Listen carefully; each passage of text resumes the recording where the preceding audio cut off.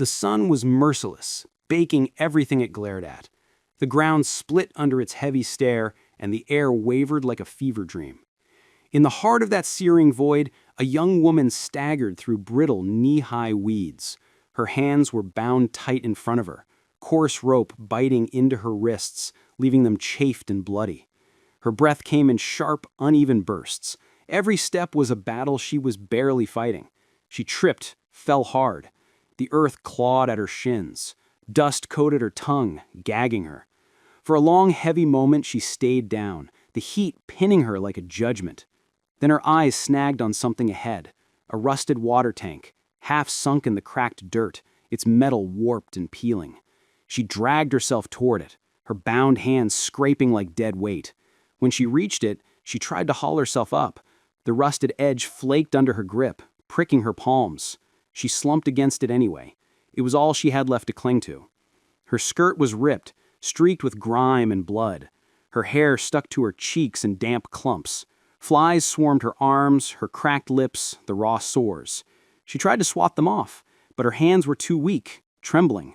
Her voice came out hoarse, dry as ash. "Please, Lord, not like this." Hooves thudded in the distance, slow, deliberate, closing in. Her body stiffened, eyes flicking to the horizon. A horse, a rider, broad-shouldered, quiet.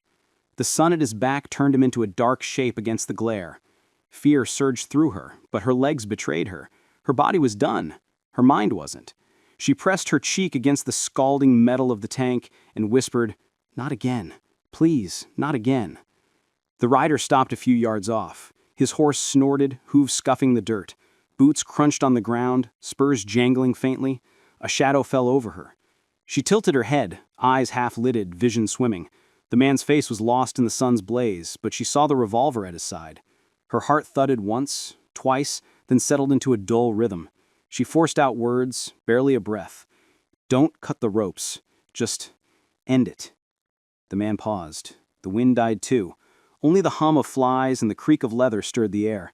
He looked at her, her trembling lips, her eyes far off, like she'd already slipped away. He saw the welts, the scar seared into her forearm, the dirt ground into her skin. He didn't move, didn't speak. He just lifted his hat, letting the sun catch his weathered face. His name was Amos Reed, 60 winters deep, a man who'd lost it all but still carried the stubborn habit of doing right. He'd seen death plenty, dealt it too, but this was cruelty carved into flesh. This was hell under a noon sky.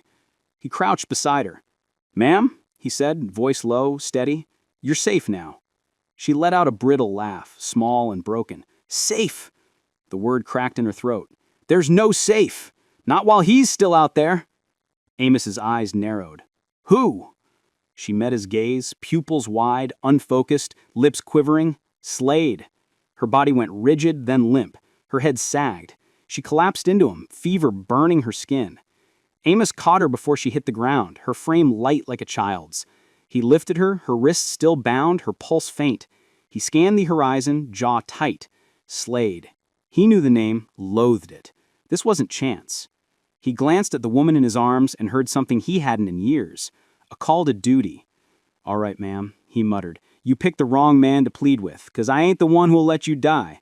He hoisted her onto his horse, swung up behind her, and turned toward the canyon. The sun burned at their backs, the air thick with the scent of dust and iron. Somewhere, a hawk screamed. Amos didn't look back. He stood there a long while, staring at the woman in his arms.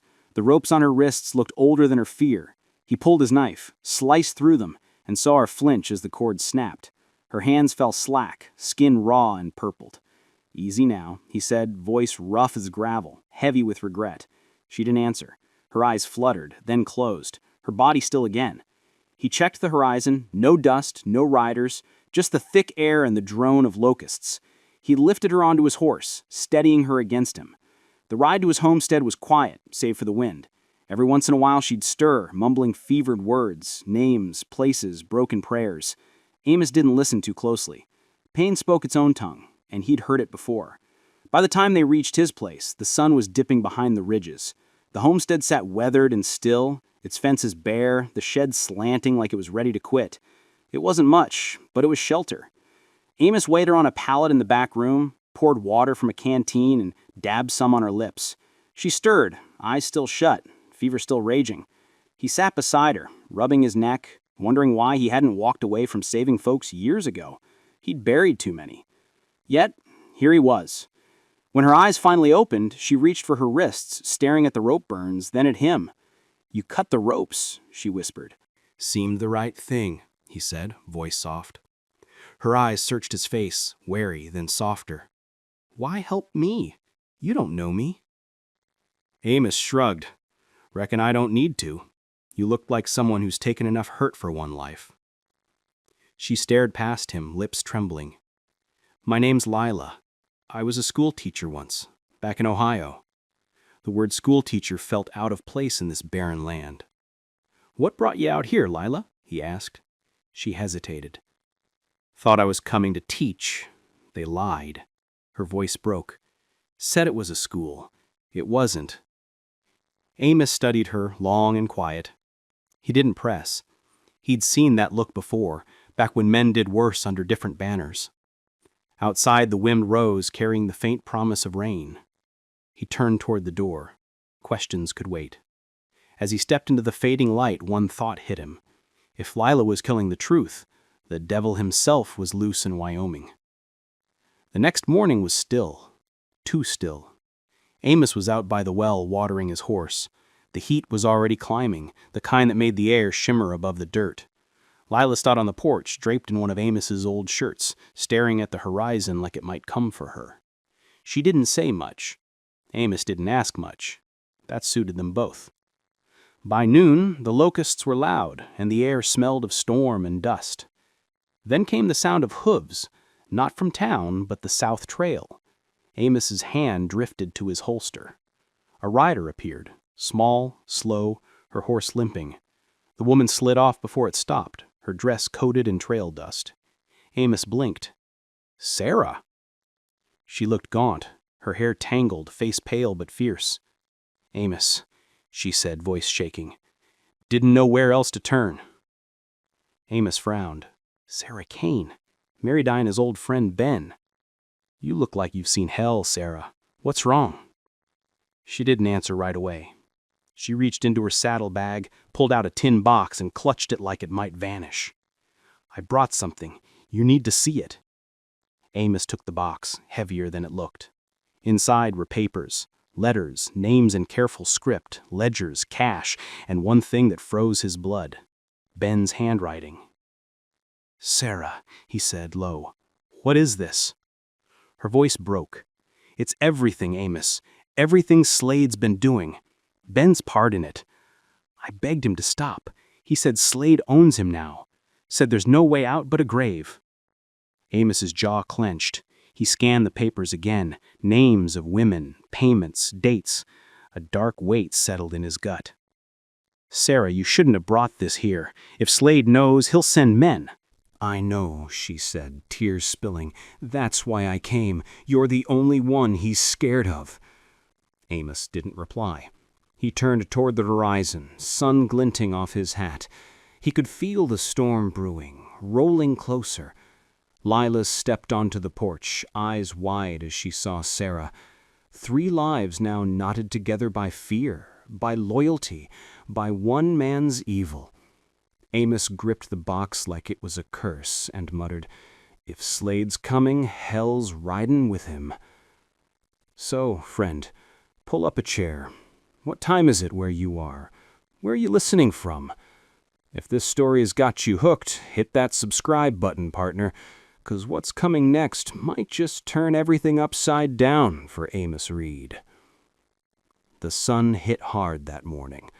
Amos rode out, carrying the weight of a man who'd chosen his path. Behind him, the homestead faded into the haze. Ahead, the open plains stretched toward the ruined chapel Sarah had mentioned. She'd begged him not to go alone. Lila had said nothing, just watched from the porch with that quiet dread in her eyes. Amos knew that look. It always meant farewell. The air shimmered as he rode. Dust coated his coat, sweat his brow. Every fence post looked like a grave marker for another soul lost to this land. By the time the chapel's crooked spire came into view, the world was silent but for the buzz of flies. The building stood choked by weeds, windows shattered, doors sagging. Amos tied his horse to a post and waited.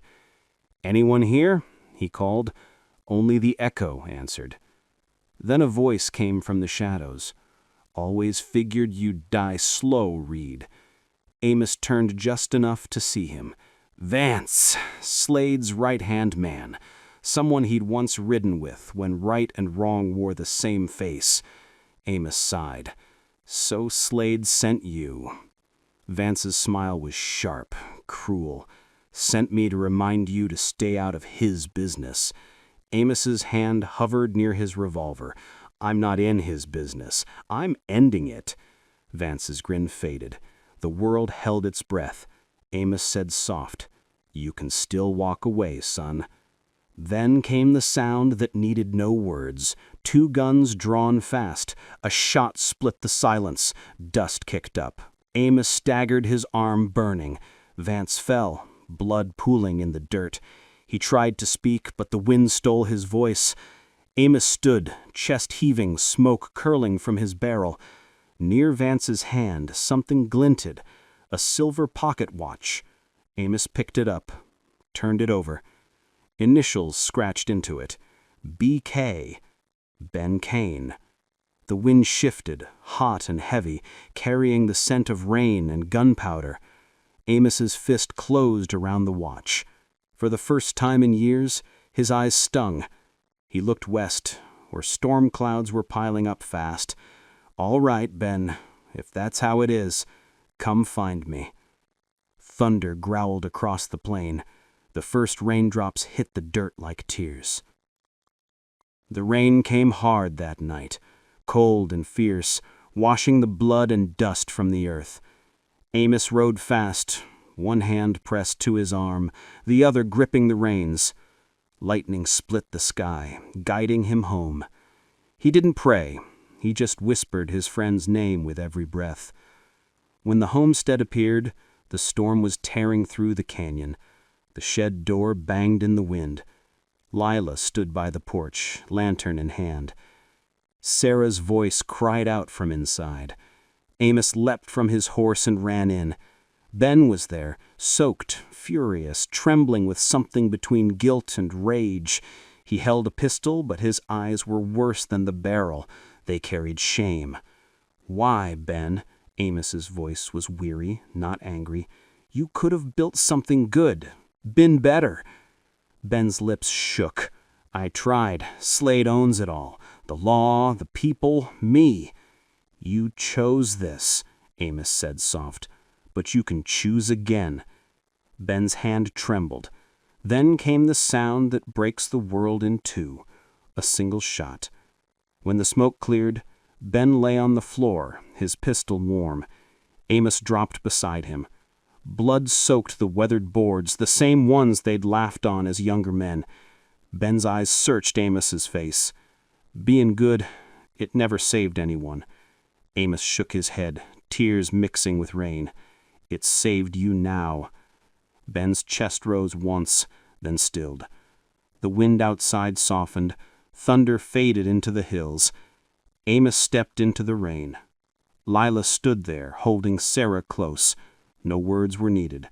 He nodded once, a nod that meant everything and nothing. By dawn the storm had passed. Amos saddled 2 horses and handed Lila an old book, Jane Eyre, its pages worn, cover frayed. "Keep this," he said. "Teach again, make it matter." She gave a faint smile. "You're coming with us, aren't you?" Amos looked to the northern ridges, sunlight grazing the wet grass. "I'll ride a bit. There's work left to do." As they parted, the sun broke through. For the first time in years, the land looked washed clean. Sometimes being good doesn't shift the world, but it shifts the heart still listening. And maybe that's enough. So tell me, friend, do you still think a man can find redemption after losing it all? Does decency still hold weight in a world like ours? If this tale made you pause, hit that like and subscribe before you ride off. There are more stories out there, waiting for the light of day.